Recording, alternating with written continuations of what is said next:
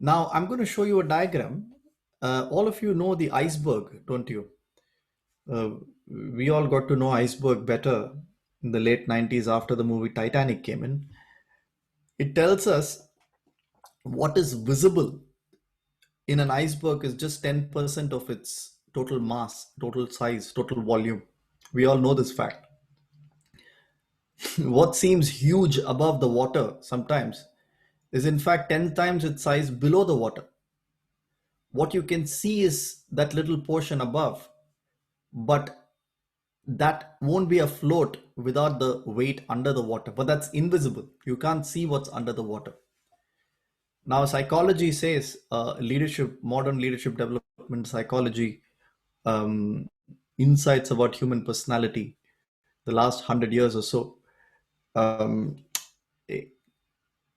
realizes a very simple intuitive fact that a human personality is like this. What you see about a person is just the tip of the iceberg that is visible. So you see that a person is angry, you see that a person is bright, you see that a person is manages complexity well, you see that the person makes good decisions, you see that the person is a good leader. All of that is what you can see, test, observe, determine, evaluate, do a 360-degree feedback in your office, do a performance evaluation on. The so all that is what you can see, observe, measure, and therefore give feedback on. But each of our visible parts are different, isn't it? Aditya seems a different person, you seem a different person, the neighbor seems a different person. So each of our visible part of the iceberg is unique to us. The question therefore naturally arises, why is that different for each of us? There must be something backing it, underlying it, underpinning it. There must be something that contributes to why we are different. Now, that's the famous nature and nurture. So, we've been brought up a certain way, so our nurture makes us who we are. But Vedanta says nurture cannot tap into something that doesn't exist. Just because a mango seed is given mineral water and the best soil cannot make it a neem tree, isn't it? A mango seed may never become a beautiful mango tree without the right nurture of soil and water. But even with the best of soil and water, in it does not lie the capacity to become a neem tree. In it lies only the capacity to become a mango tree. So that is the equation between nurture and nature in Vedanta. Vedanta believes both nurture and nature has determined who you are. That is on top of the waterline here. The small part, what people see you as, is determined by both your nature and your nurture. But nature and nurture are not equal contributors. They are not peers. They are not sister contributors.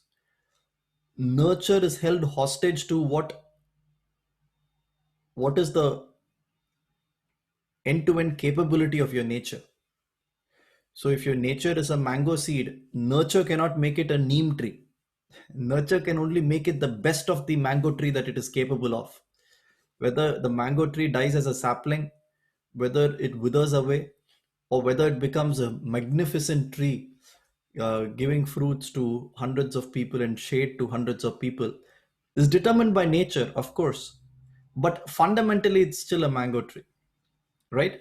So Vedanta says our personality is similar. What you see now as a beautiful mango tree or a withered away tree is above the waterline. The determining factor is below. Now, what are these layers?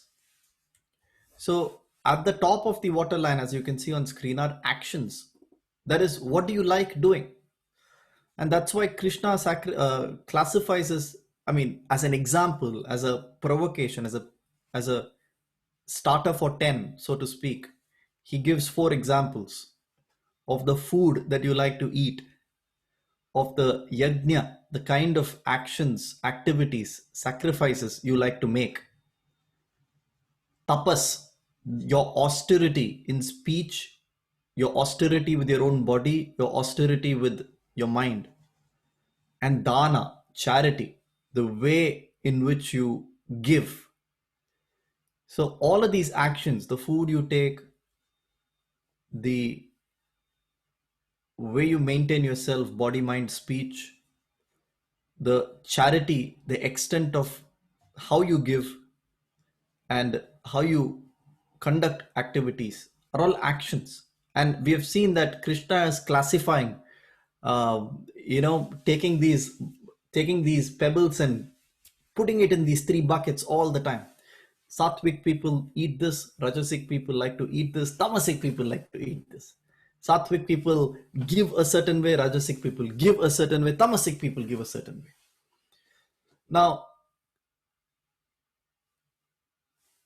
Now Krishna says that this is determined by where your Shraddha is.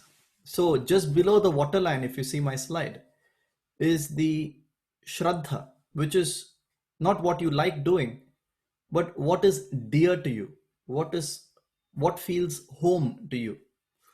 So I may be giving you green sprouts 2 times a day, but when you finally get out of my house and go and eat your paneer butter masala, that may feel home to you, right? So Shraddha is, just an example, because you need that dose of uh, butter and spice and garam masala for you to survive in terms of food.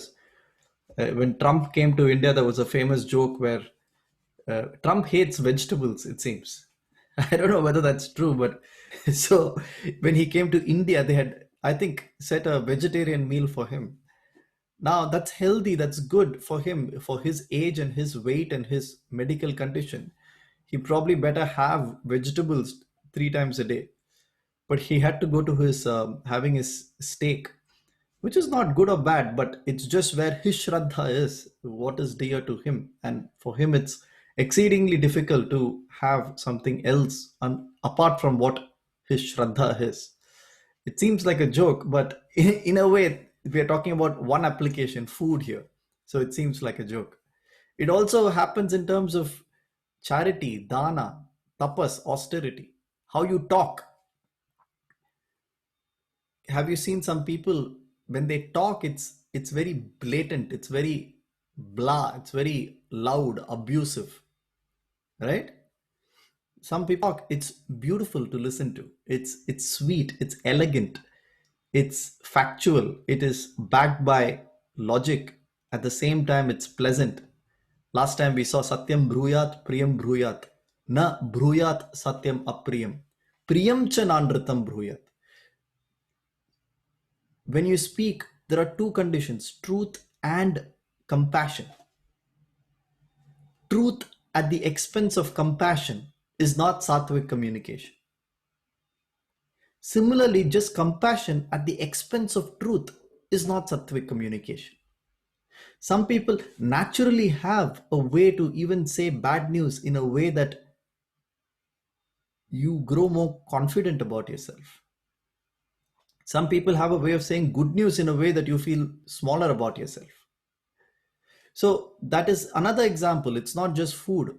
So another example of how you speak, that's called austerity, tapas. That is the how controlled you are in how you come across, how you show up to other people. That is also sattva, rajas, tamas. And Krishna is saying that just like Trump found it difficult to have vegetables because his shraddha is not sattva in terms of food, therefore it's impossible for him to, at the level of action, be sattvic in terms of food. Similarly, for people who shraddha is not sattva in terms of austerity, will find it exceedingly difficult to be sattva in terms of action when it comes to the level of how you show up at the workplace or with people. It's just not you. You like being brass. You like being, on your face. It's difficult. And Krishna asks, where does Shraddha come from? Shraddha comes from the last part of this is a very simplistic model of the iceberg. There are probably 10 layers to this iceberg, just showing 3 here. He says the Shraddha is nothing but your gunas. So your gunas are also classified. In fact, gunas are alone classified as sattva, rajas, tamas. Shraddha and actions are actually not classified as sattva, rajas, tamas. It's the gunas that express themselves through Shraddha into actions as sattva, rajas, tamas. So bottom line is, if your Guna is dominated by sattva. Your seat of devotion, which is Shraddha, is automatically sattva. And when your seat of devotion, which is what is important to you, what is dear to you, is automatically sattva, your actions are but a reflection of that in you. So you will be soft and firm but soft even at the face of adversity. Just because somebody has wronged you, you won't become an animal at that point in time, because your seat of devotion is sattva. Right? uh, just because just because if your seat of devotion is rajas, because your nature is rajas, you will be possessive, even though you know the other person is even though you know the other person doesn't is not there anymore. You will be possessive because you are dependent on that person. So your actions will be that of attachment, possessiveness, because you want to acquire, you want to enjoy. If your guna is tamas, again your action will be mirroring that. So what the insight from the slide is that it is bottom up, my friend. Your gunas determined where your shraddha is, and your shraddha directly determines how you show up to the world. But Krishna is saying your shraddha can be changed by changing your gunas, but that is difficult to a level that it's impossible. That requires great sense of self-control. And if your guna is already high on rajas, where will that self-control come from to change the guna?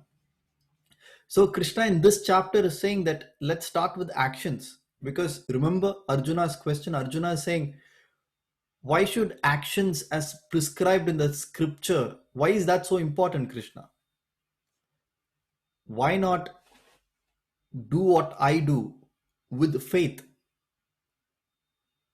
But Krishna is asking, what if you're rajasic, you will be rajasic with great faith, with great shraddha, but that doesn't deliver. So Krishna is saying, irrespective of where your shraddha is at the moment, focus on sattvic actions. Push yourself to sattvic actions. Push yourself to the right environment. Push yourself to the right austerity in speech, body, action. With a little force, with a little restraint, with a little difficulty. Get yourself into sattvic in terms of how you show up with the right intention. And over time, that seat will become the seat of devotion to you, and you are tweaking your fundamental gunas, given it enough time and enough space. So that's where we are. So we went into 4 applications of this. One is annam, food. Then we saw yajna, sacrifice. uh, let's look at tapas and dana today, and then get to the last part of this chapter, which is really beautiful, which talks about how, how can we remind ourselves of this whenever we act, so that we are navigating towards sattvic action and not spiraling back to where our original erstwhile shraddha was. Right? All right, let's begin. So the third form of how you show up, the action bit, Krishna speaks about is austerity. Austerity is tapas, which means the restraint or the sternness with which you're able to, which the sternness which you exhibit, the sternness with which you respect your body, your speech, and your mind is austerity. Austerity is a beautiful word. Again, it does not completely mean tapas. Tapas is a slight, it's difficult to translate words to English. But austerity is among a lot of other words, austerity is a good translation of tapas. The 14, 15, 16, as we've seen last time, talks about the 3 kinds of tapas. Tapas of your body. So when body does whatever it wants, it's difficult to it's difficult to control it. So sattvic action of the body requires certain restraint, requires certain austerity. But when that is done for a period of time, Krishna says your Shraddha itself will become sattvic. And what is the sattvic action of the body? Worship of the body needs to surrender itself to the wise people and the right subscribed action, which is which could mean many things.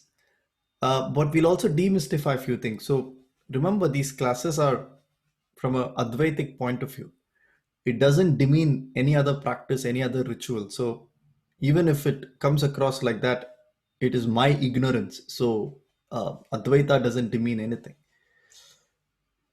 So in verse 14, austerity of the body is first using the body for as a prayer, which is surrendering it to the activities related to the worship of God, worship of wise people, worship of teachers. So if you look at olden days, when a student goes to a teacher, the teacher doesn't start Advaita classes soon. First, the body needs to obey you instead of you obeying the body. So you're sent to a grind. You need to serve the master. You need to fetch water. You need to cook. Your body needs to obey you. At the moment, we obey our body, right or wrong? Right. I'll answer that question. Right. Which means our body, when our body is lustful, we can't stop it.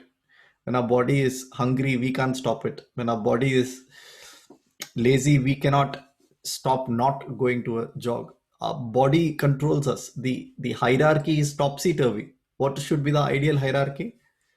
Where your intellect controls the mind and the mind controls the body. At the moment, for most of us, it is the body controls the mind, and there is no intellect present, first of all. So the first austerity is having your body in your control. There is So that's why when they mean celibacy here, celibacy doesn't mean um, bachelorhood for life. Celibacy means that there is no carnality in sex. There's no carnality in sex. Is a immaculate. So why is Christ supposed to be immaculate birth, isn't it? So Virgin Mary immaculate birth means there's no carnality in that sex involved. It is not a product of animalistic routine of the bodies called sex. It is a immaculate birth, which is equal to celibacy. That is because the it is not the bodily desire that led to sex and birth of Christ. It is the purity of mind that led to that birth. We can go into that a little more, but I'm not saying that is how Christ was born. I'm not getting into a debate here. I'm asking you to think of it another way. Think of it as purity. The child of purity is Christ, immaculate, isn't it? So that's because the body is under control. There's no carnal instincts of the body. Carnality is not just in the form of lust. Carnality can be in the form of violence as well. Some people violence for the sake of violence. A body likes violence. I don't know whether you watched the series called Westworld on Netflix. Sorry, not Netflix. In India, it comes in Hotstar. I don't know where it comes in the UK. I really enjoyed the season 1 and 2. In fact, if you watch Westworld, you should do 10 similarities between Advaita Vedanta and Westworld. You would find 12. It's very interesting. But of course, don't learn Advaita from Westworld. But it's very interesting. It questions the nature of reality in a very fun way. So in Westworld is a theme park which contains robots called hosts. The robots are hosts. But the robots don't look like robots. They look like human beings with flesh and blood, but inside their machine actually. So the robots are given a script. They're given through artificial intelligence. They live a life of a predetermined scripts. Like they have their own vasanas, which create recurring loops of behavior. So there's a girl who wakes up, does certain things, acts a certain way, She has a sattvic coding. She's coded in a more sattvic way, and then she goes to sleep. She's a robot, and then she's if something happens to her, they take her to the machine, the factory, and they repair her and put her back in the. So this theme park, people can pay and visit this theme park. Meaning, you can pay like a theme park in India. You can pay, say, but this is very expensive. You pay some $50,000. Spend a weekend there. Why do people go there? Because it has everything to satiate you. You can do anything. There is no law and order there because these are robots. Whatever your instincts is, the Westworld offers you. So if your instinct is lust, you can enjoy all the hosts as bodies for sex. If your instinct is violence, you can take a gun and shoot 50 people. They are people, they talk, but they're actually robots, so it's fine. They just get repaired that night, and tomorrow morning they will come back as the same characters. The robots don't know that they were shot, or uh, but while you shoot them, they are fear. They are afraid. They are fed with they are fed with basic emotions. They're scripts. So when you point a gun at them, they're afraid. They beg. They plead. They fall on your feet. They run. Some people try to shoot back. Some people, depending on the script that they are coded by. But people who take pleasure of violence use Westworld as a place to shoot people. People who take pleasure in lust use Westworld as a place for pleasure. People who take pleasure for exploration use Westworld to explore the vastness of it. People who take pleasure of whatever it is. So there are everything. So Westworld reveals not so much about what Westworld is. Westworld reveals about who you are. One person goes to Westworld to understand certain tribes, and some people go to Westworld to practice violence. So our bodies' carnal instincts, which could be violence, which could be lust, which could be however we use it, are at the moment determining our instincts and our motivations. You may be very serious for 6 hours, but a bodily thought enters your mind. You need that break. You cannot go back. So that's where we are. So first austerity is that of the body. You cannot let the body do what it wants and say that I will be self-realized. You though from that point of view, Aditya, if I'm self-realized, anyway the world is Maya, why should I control the body? So it's a good argument. And we've had the argument in one of the QA classes. And it's very true. If you're self-realized, the world itself is Maya. None of this exists. I live life in Westworld, no? I'll do what I want. Correct. Good argument. However, it's a theoretical argument. If you've got disenchanted with the world, if you're disillusioned with the world, firstly, you won't have those carnal instincts. Correct? So think of from where you are now, do you have carnality for a character for a lottery ticket you won in your dream last night? From where you are today, you know that lottery is invalid in this world, sir. Whether you won 1 crore in that lottery or did not win, how does it matter now? Because it was a dream lottery. So you cannot be awake now and then desire to encash that lottery you won in the dream. So this question of I am self-realized, but since I'm self-realized, nothing matters. So let me get into these habits is a theoretical statement that reveals that you cannot be realized, right? It's like saying, I'm awake now. So because I'm awake, let me go encash that dream check. The dream check does not interest you anymore because you've seen it for what it is. So with this realization, if you enter the dream, which is not possible in the dream world, you cannot enter with the realization.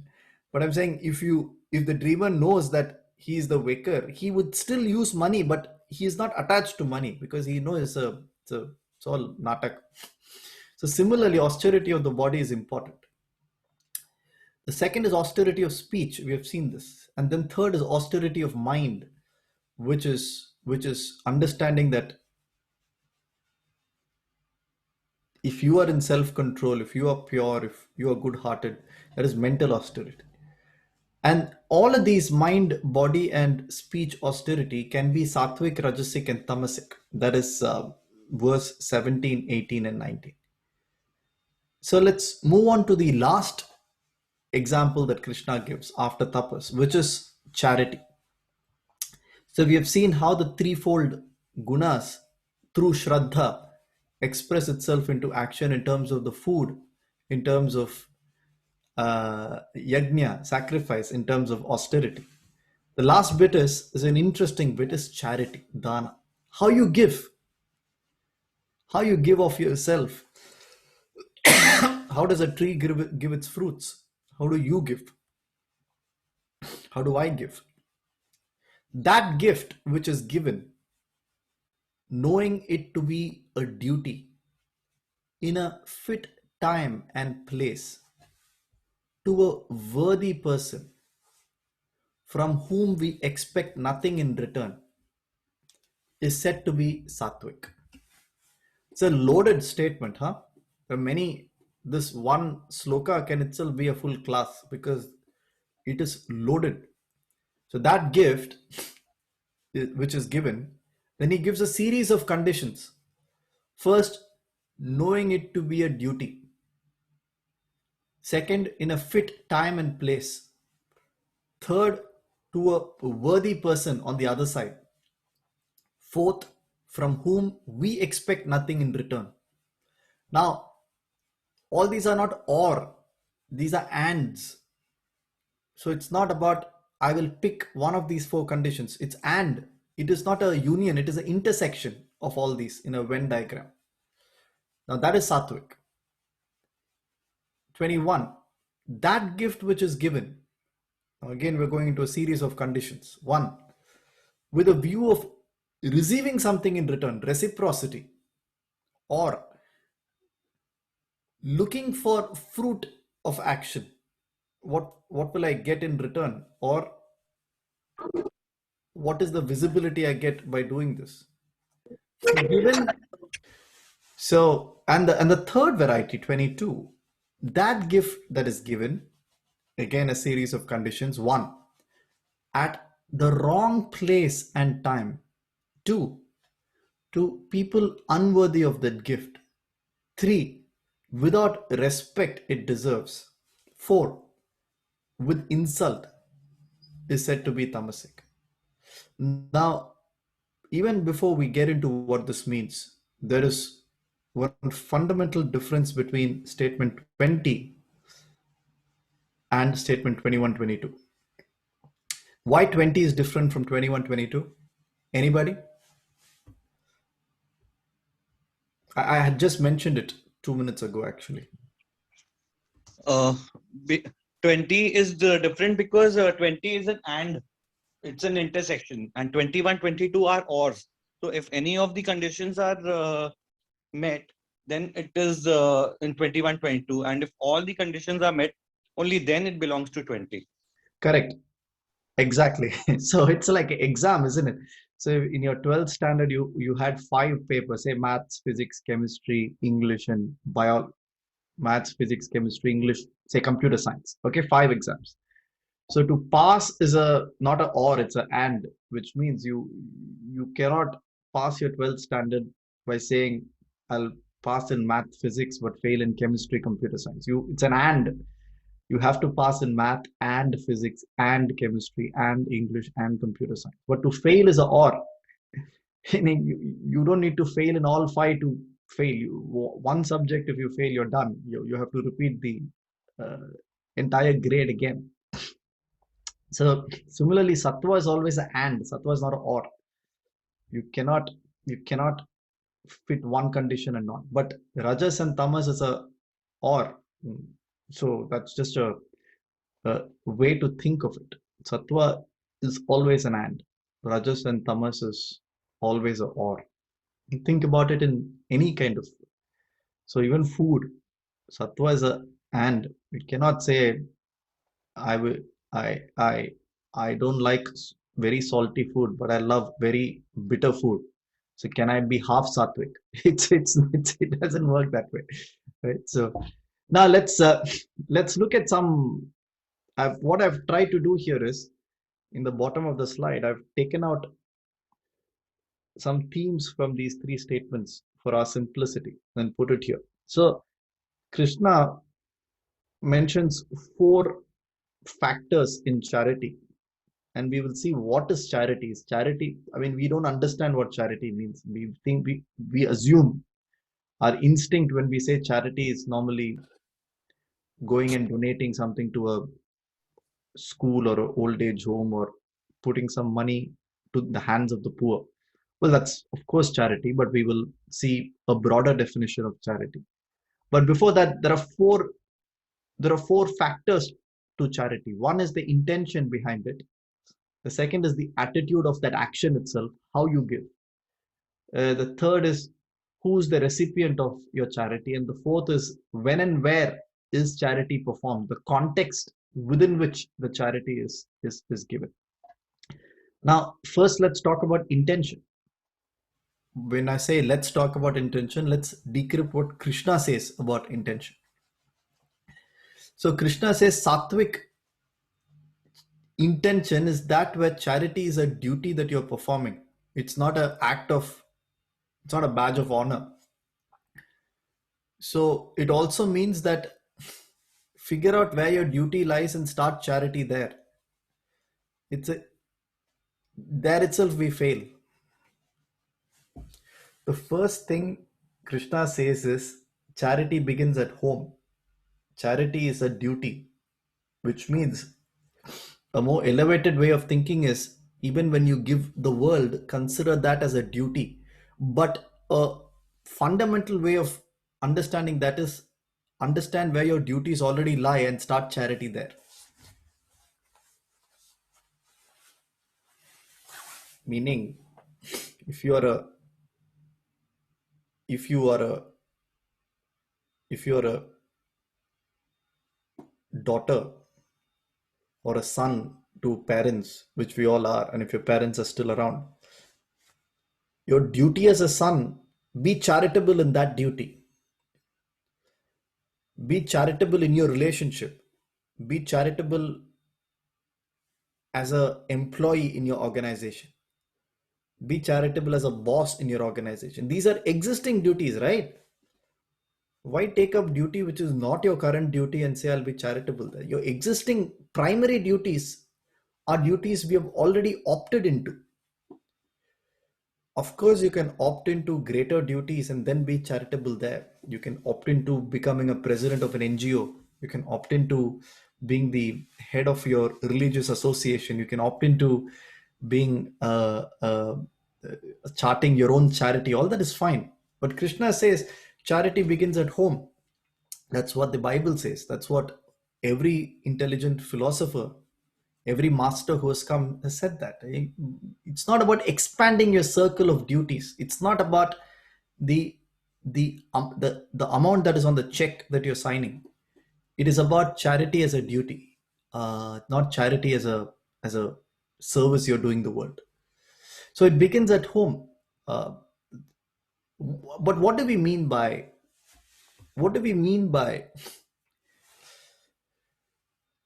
charity as a duty? It is how a tree gives its fruits. A tree gives its fruits not for reciprocity.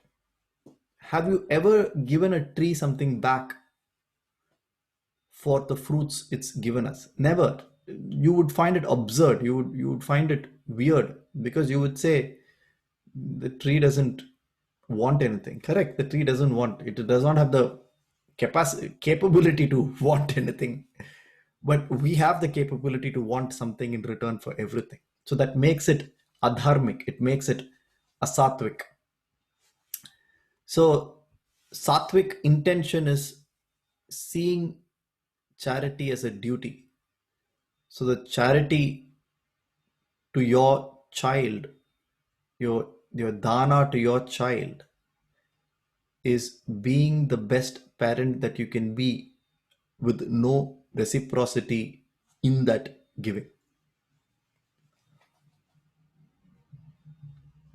So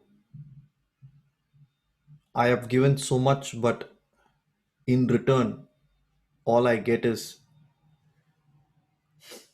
no respect. That that anger that you get, or that how you become upset there, in that your dana has become rajas, because your giving is backed by the need for reciprocity. Again, we should not be too hard on ourselves. If we are sattvic in everything, then our lives would be much better. So we know that we are highly rajasic in many of these attributes. So it's not about considering ourselves a success or failure here. So you should not, this is not a CBSE exam that we're taking. This is park yourself in a side and see what Krishna says for its own sake, and then pass it through your personality. But while learning it, don't keep your personality as the lens, because you want to then validate each of these conditions, saying, I hope I'm in sattva, I hope I'm in sattva. Then you kind of find one example in your life where you define yourself as doing things as duty, and then we assume that we are there. So my invitation is, park yourself in a corner and see it for its own sake. So the moment even a parental relationship is based on reciprocity, which 90% it is, however much we say parental relationship is uh, most unconditional, imagine then the other relationships are high on number two or number three here. So reciprocity is the intention behind a rajasic dana. What will I get in return? Or how will I come across to the world? Meaning, what visibility does this give me? So basically, the intention behind dana for a rajasic person is either reciprocity, what will I get in return, or does this show me in better light to the world? That's why we want to do things, everything in public, isn't it? Everything is on social media now. Every 100 rupees is every blood donation is on social media. Every that's because not for reciprocity. You are not expecting that blood bank to do, or but that's visibility. The intention is that. The third tamasic intention to charity is high pride and ego. I am giving, so therefore the other person need to feel smaller than what they are. Yeah, how many people give, but in the process of giving ensure that the other person knows that they are the taker and these people are the givers. How many people in relationships ensure that who's the settler, who's the reacher? It's very clearly established. I'm the settler, you're the reacher, which means I'm doing this because I'm the bigger person, you're the smaller person. So the intention is that of establishing superiority. That is the intention behind tamasic charity. Remember, the action, this is the insight here. The action behind all three may be the same. All three are giving. All three are giving the same amount of money or the same amount of help. The intention backing it is totally different.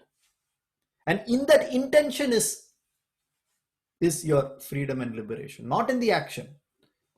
Not in the action. So all three are putting in the same money into that temple undi. The first person is putting it for nothing except reminding himself or herself to be in the path of truth. The second person is putting it because if I put money there, I will pass the exam. If I put money there, I will live a good life. Third person is putting it because he has a camera following him, uh, and he ensures that the moment he puts in, the priests there need to now start serving him. So the intention backing, the ego backing the charity determines your shraddha, not the action itself. Prayer. How do we pray? You're praying for your salvation. You're praying because it's your duty to develop yourself, to elevate yourself spiritually. That is sattvic prayer. So, how will that prayer be, sir? What will the prayer constitute of? Prayer will constitute of I am sorry, is the first line of the prayer. I am sorry for consistently, helplessly getting into samsara after samsara. I am sorry, I am incapable of realizing the self yet, but I'm coming back. Sorry for my trespasses. I'm coming to thee. I am that I am that sheep which is strayed. I will search for the shepherd to shepherd me into light. The shepherd is a very famous metaphor in biblical thought. But that is the prayer. That's the only prayer. What else the sattvic prayer is? What can I ask? What do I not have? Like MS Subbalakshmi in her song Kurai Ondrum Illai in Tamil says, having everything, what can I ask you, Krishna? Having everything, what can I ask you, Krishna? Milton in his poem on his blindness says, they also serve those who just stand and wait. What can I ask you? I have nothing to ask. He has become blind. Milton, in his real life, is a poet. And a poet looks at nature. Eyes are a very important facet of a poet. They look at nature and write, and the words signify the world around them. He says, I had that one skill which you have taken away from me. And then he realizes he thinks he needs his eyes to write poems to glorify the Lord.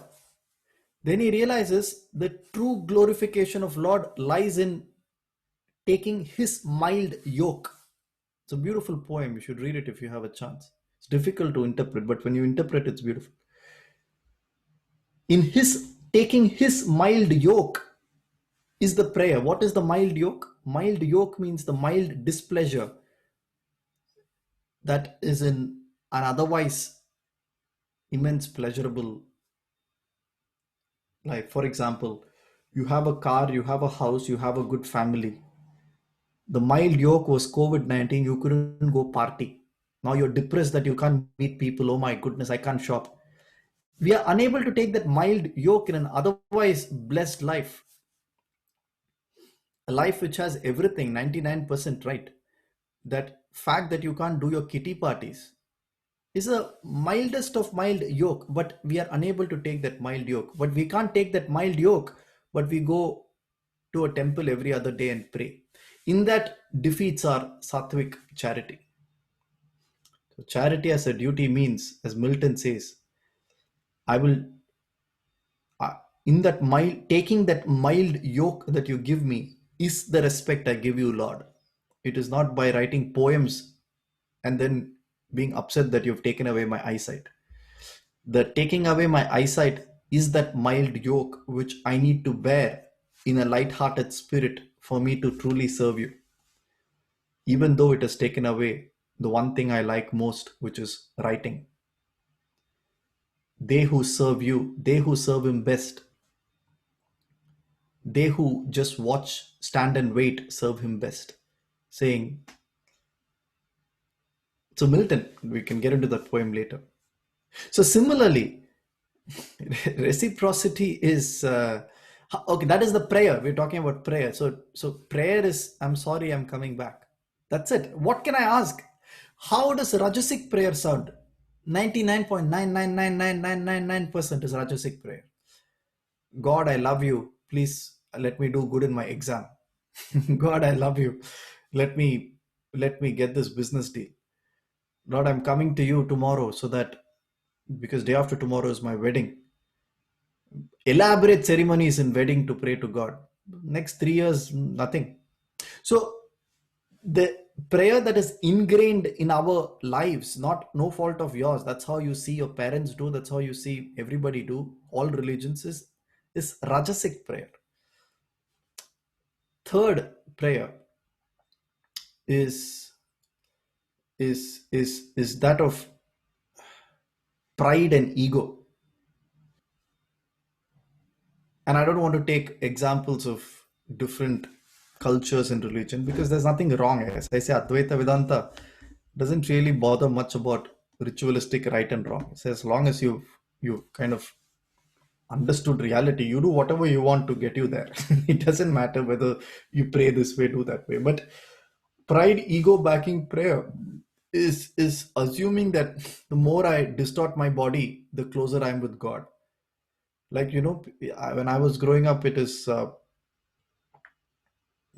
used to be some weird rituals in the town that I was in, or in the other places I've been to.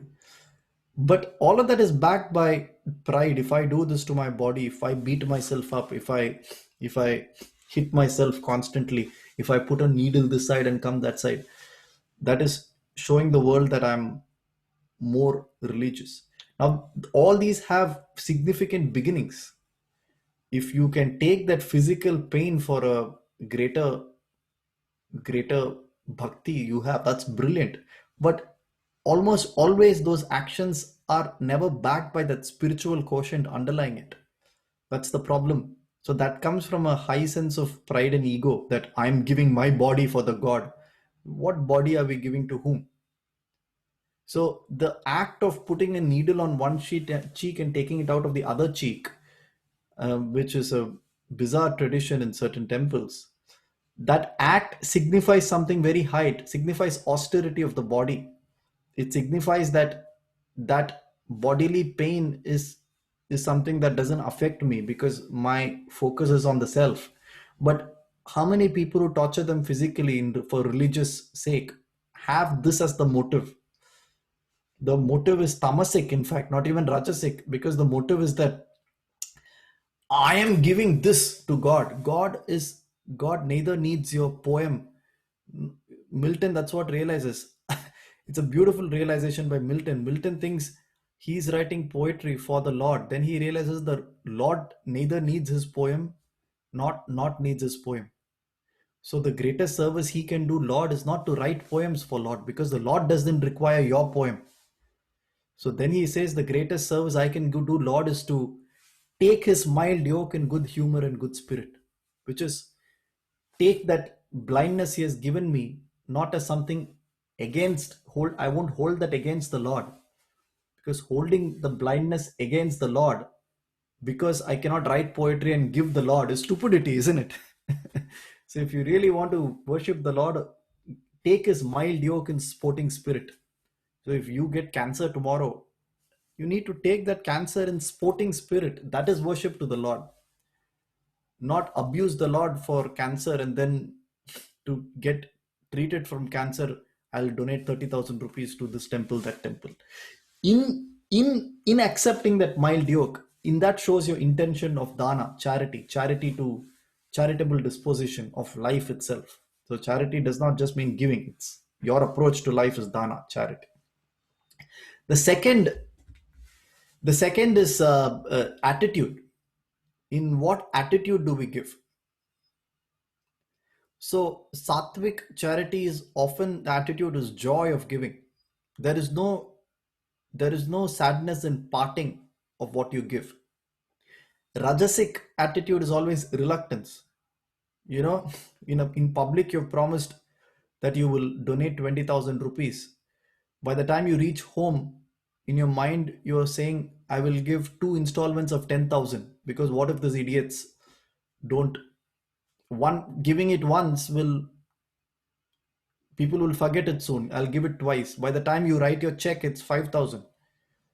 By the time you post it, it's 1,000, because you realize this will come and go, but my bank balance, there'll be a hole. So 1,000 is enough. So we calculate the extent what we will give in return and reduce the sum. Isn't it? So it's all backed by reluctance. You give a birthday gift, reluctantly, because you know you have to, you don't have a choice. We Most of our gifts are repackaged gifts that we receive. So there is reluctance in giving of yourself. That's, again, it's not about right wrong, it's about taking an audit of where we are. The tamasic attitude of giving is disrespect, stemming from pride and ego. It is the moment I give, I become a bigger man and they become my slave. So even in relationship, the moment I give, the other person is now in bondage to me. I am the stronger. When the previous generation, when there was less financial dependence, a lot of men have this attitude, isn't it, with their wives, with their spouses. Especially now they can't with financial independence. Uh, but when there's financial dependence, there is giving, there is charity. Of course, I'm the one earning, my wife and children are dependents. So of course, I'm dana is giving, but out of disrespect. You can't even earn, you are dependent on me. Here, take 20,000 for house expenses. That is disrespect, that's tamasic. So just because the other person is not earning doesn't mean your attitude of giving it disrespect. Your attitude of giving is joy because you're earning for your family. Or your attitude of giving is reluctance, which is being a conjuice. Why you bought it for 100 rupees when it's available for 80 rupees? You don't even earn. What do you know? You know how difficult it is to earn. That is a reluctant giving. Disrespect is, in your mind, you are treating them as liabilities that you are in charge of. See? So that's attitude of giving. Giving is the same, but attitude changes. The third is, Krishna says, to whom are you giving? The sattvic people ensure they're giving to worthy people. Tamasic people give to unworthy people. What does that mean? Firstly, worthy, unworthy seems provocative words, because who are you to judge someone's worth or lack of it? But what what this sloka seems to mean here is that worthy people are people who are receptive to your offering. So sattvic people does not just mean pushovers, that I will just give everything with joy, let the world take everything from. No, you need to have ingidam. Ingidam is tact. It's a loose translation, but wise people have tact always. They're not just pushovers. They also give in a way that the help is helpful. So worthy are people who are receptive. So why did Krishna give the dana of Bhagavad Gita to Arjuna? Because he sensed that Arjuna is worthy of it, meaning in the middle of chapter 2, Arjuna surrendered to Krishna. So Krishna gave said the Bhagavad Gita to Arjuna. That is not disrespect. That is not because Arjuna is now my servant. He has surrendered to me. It's not because of that, but it's because Arjuna is worthy. Why? Because his mind is more receptive to receive now. That is why all of chapter 1, Arjuna speaks, Arjuna Uvacha, Arjuna. Krishna doesn't open his mouth because Arjuna is not worthy of the Bhagavad Gita at that time. If Krishna had started Bhagavad Gita after 2 slokas in chapter 1, then it's not sattvic, because Krishna is saying because he knows something. Krishna should say because the other person is ready to receive that. So is the person you're offering worthy to receive it? Or if the person you're offering not ready to receive it? And the final is when and where. There's again tact. So intentional attitude is how you give.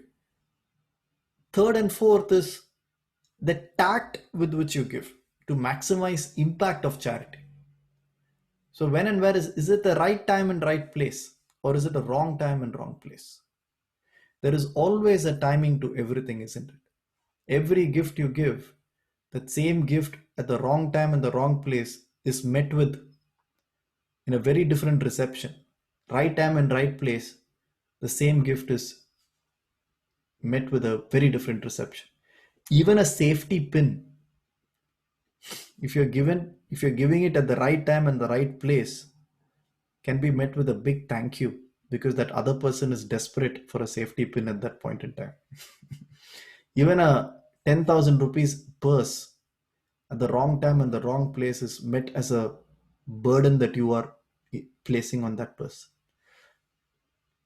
Even 5 rupees, when a person needs it, giving that 5 rupees is a great charity.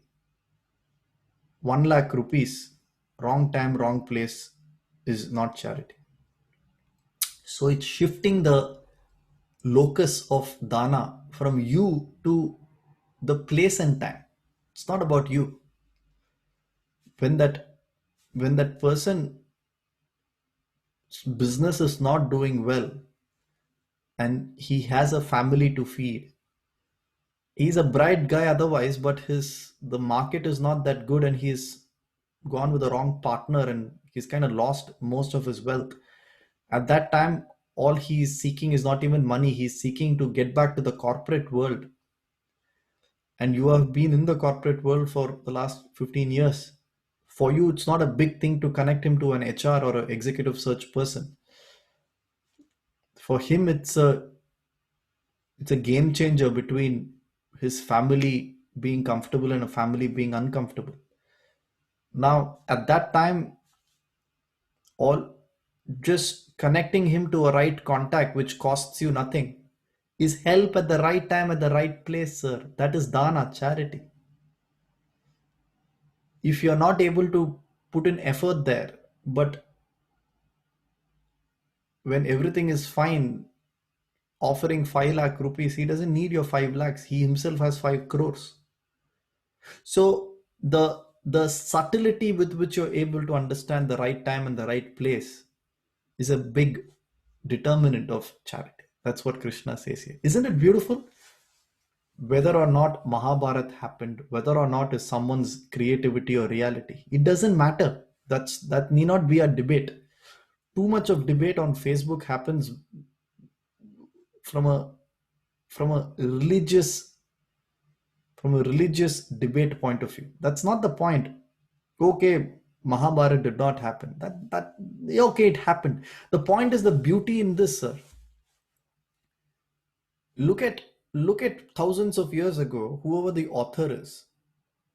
Look at the way they've dissected the three gunas in different expressions. So just by dhana, this intention, attitude, who are you giving to, when and where? Now we come to the last part of this chapter, the last 5-6 slokas, which is beautiful. So, if you have managed to pay attention so far, uh, this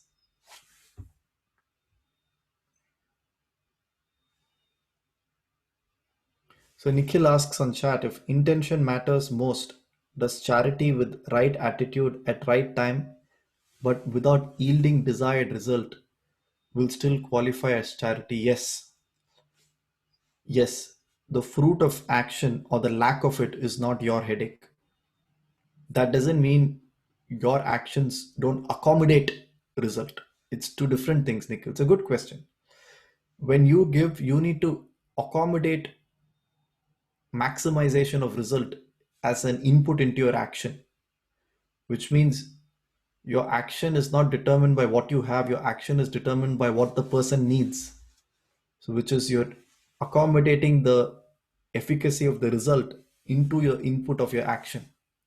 However, having inputted that in your action and having done that action with the right intention, it is not your jurisdiction to sit and crib about whether that other person used your help to succeed or not. That is not in our jurisdiction. That is rajasic reciprocity. It is in your duty to input your child's future into the input into your action today. But it is not in your jurisdiction to expect your child to do that thing in a particular way, which in because of which you inputted that action. That is ego. That child is determined by his or her own vasanas, his or her own karma. So your input should accommodate the best future for the child. But sattvic action means, having done that, my job ends there. My jurisdiction ends there. I'm not going to sit and judge whether the output comes the way I want it or not. If I can be of action again, I will again act. But my job ends with action. But that action has already inputted the maximized return, possible return there. Meaning, in that example that we often see, the little boy who's practicing for the Olympics in 2028, what that boy is saying is, in austerity today, in restraint today, in working out 6 hours a day in the gymnastics today, in that austerity lies future success. So he's accommodating the desired result, which is Olympics gold medal, in his hard work today. But his job ends with hard work. If he does not get the gold medal, he doesn't get perturbed. You understand?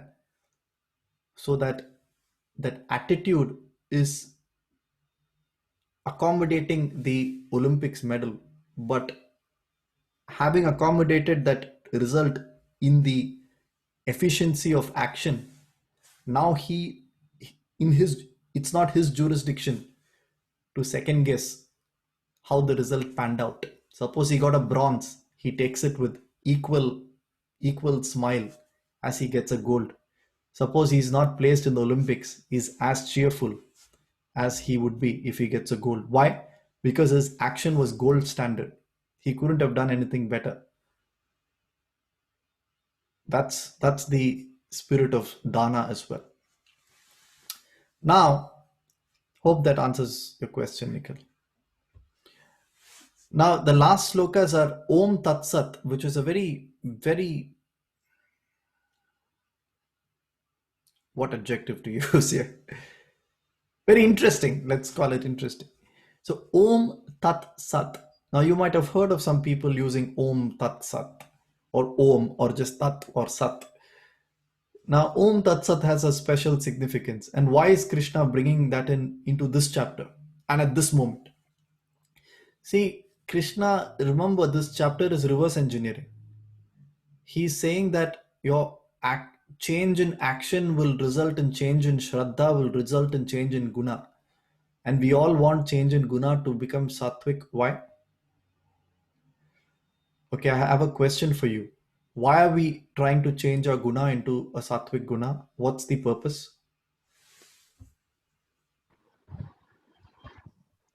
That is sattvic is the stage where the grip on the life is the lowest. So that is the easiest path to self-realization. Correct. Thanks, Biswajit. Sattva not for sattva's own sake. Sattva is the state in which you can escape this natak, sir. Sattva is also samsar. Sattva is also a trap. Sattva is also not the reality. But sattva is the cleanest water available through which you can see the bottom. At the moment, our water is murky. We can't see reality itself. We can only see brown color water. Sattva is where it's still water. Water is still a foreign object, but that object is not, the object is not enveloping the truth. It's still transparent. You're able to see the truth. So our objective of moving to sattva is not the destination called sattva. It's through that point we are easily able to propel ourselves to larger questions of who am I, what is consciousness, what is maya, what is brahman. So that is the purpose of sattva. So the alignment of final purpose needs to be clear in Advaita. Otherwise, you get attached to charity, you get attached to sattva, you get attached to goodness. So that's also a trap. It's called islands of paradise. You get attached to islands of paradise because when you're sattvic, the world is a heaven. When you're sattvic, the world is paradise. When you're sattvic, the world is filled with lovely people. The world is filled with beautiful events. You find joy in the simplest things. You find joy in a flower. The world is beautiful. But you enter into these islands of paradise where those islands become its own end. It's like Alice in Wonderland. You just get into a wonderland. You forget the purpose again. And that's why in our parables, in our scriptures, there are always stories, isn't it? People get into these little paradises and lose the plot, and that drags them back into rajas. So when you get into sattva, the purpose is important. Otherwise, the sattva becomes luring, seductive when you get drawn back to that infinity loop that we've seen. So the purpose of sattva is to get out of sattva. The purpose of sattva is not to enjoy sattva. So it's unfortunate what to do. So Om Tat Sat. So sorry. So the reason Om Tat Sat happens here is Krishna says, therefore, since your Shraddha is not Sattvic today, but we are inviting you to perform actions that are more Sattvic today. Before acting, tell yourself, remind yourself, have a constant reminder of why you're doing all of this. That's where Om Tat Sat comes in. It's a beautiful idea. It need not be Om Tat Sat. It could be anything in your language, your religion. But the idea is to remind ourselves, saying, is this action sattvic? When you're eating food, if I am eating, my taste buds are most important. All I'll need is paneer Manchurian or chicken 65. But if I am humbling myself and saying, the truth is Om Tat Sat, some people say it's Krishna eating my food, then you are removing that carnality at that moment and replacing it with divinity. And in that divinity, your desire for that pungent food reduces, and you're eating only as an offering to God. You're not eating for your own desire.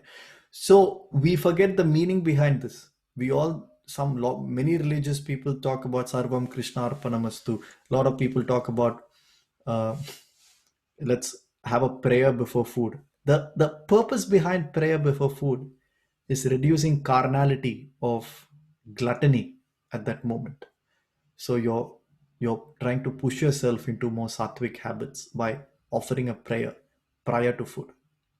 You offer a prayer prior to dana. You offer a prayer prior to tapas.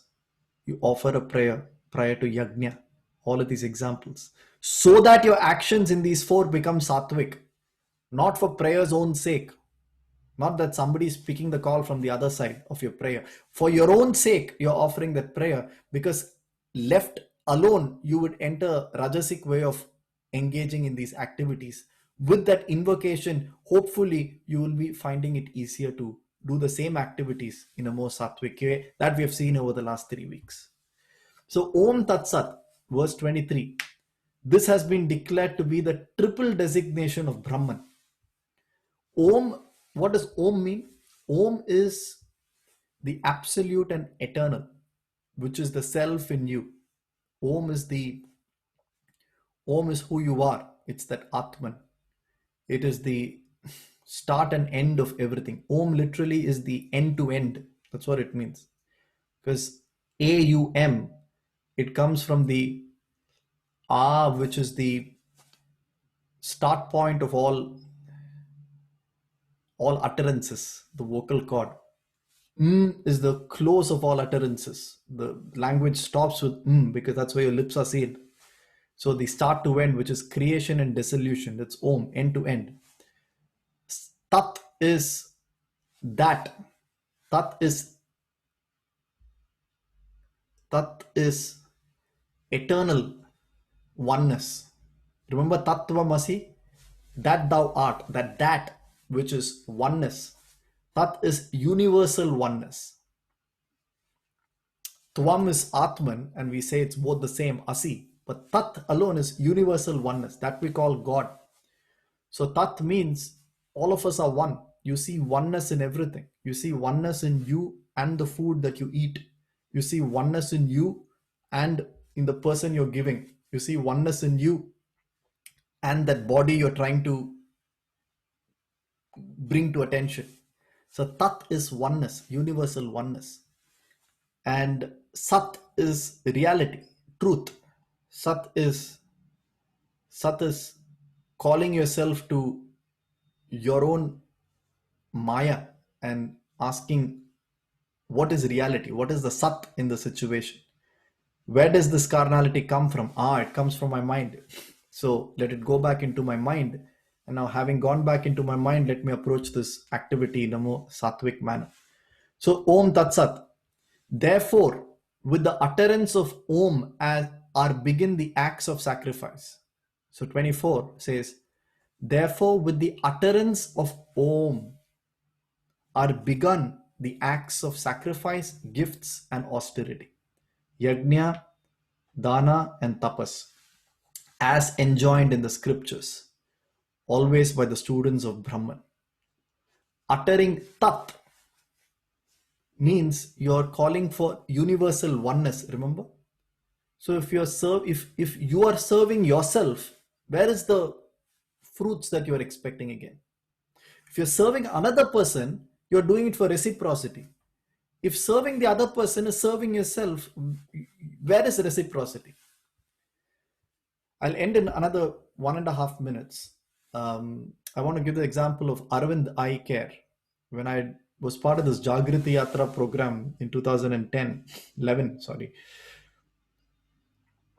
we traveled through the country 15,000 kilometers in a train. And one of the centers we stopped in was Arvind Eye Care in Tamil Nadu.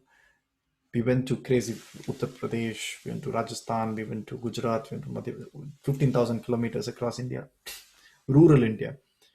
And the founder of Arvind Eye Care, when he was alive, said that each time I'm operating a person, I'm operating myself. I don't see that person in the bed as someone as different from my own self. If I'm operating myself, where do I need credit in doing that work? So that universal oneness, some people are able to see that. So remind yourself of Tat, because that enables you to act without aiming at the fruits. Are the acts of sacrifice and austerity and the various acts of gifts performing by the seekers of liberation. And remind yourself of the word Sat. It is used in the sense of re-establishing reality and goodness. And also, Arjuna, the word Sat is used in the sense of an auspicious act. It brings purity. It takes pollution away from your mind, from the action. 27. Steadfastness in sacrifice, austerity and gift is also called as Sat. And also, action in connection with these for the sake of Brahman is called Sat. Last sloka. Whatever is sacrificed, that is yajna, given, that is dana, or performed, that is done, that is yajna, and whatever austerity is practiced without faith. So when all of this is done without faith, it is called asat, Arjuna. It is not for here or hereafter. See, Krishna, let's close in 30 seconds. But Krishna has said everything nice so far, positive. The last sloka brings in negativity. Because he says you should also understand that these are not nice to have things. At the end of the day, you don't have an option. This is the only way to do it. Because if you don't do these four with faith, the Shraddha as Sattva, irrespective of you doing it intentionally or unintentionally, it doesn't help you here or the hereafter. What does that mean? It doesn't help you with karma here. It doesn't help you with the liberation in the hereafter. Karma here means it doesn't help you move to Sattva. And hereafter means it doesn't help you escape the bondage of and shackles of life. And therefore, to conclude, Shraddha is our lever of change. Shraddha automatically is determined by your nature, your gunas. But Shraddha can also be tweaked over a period of time through action.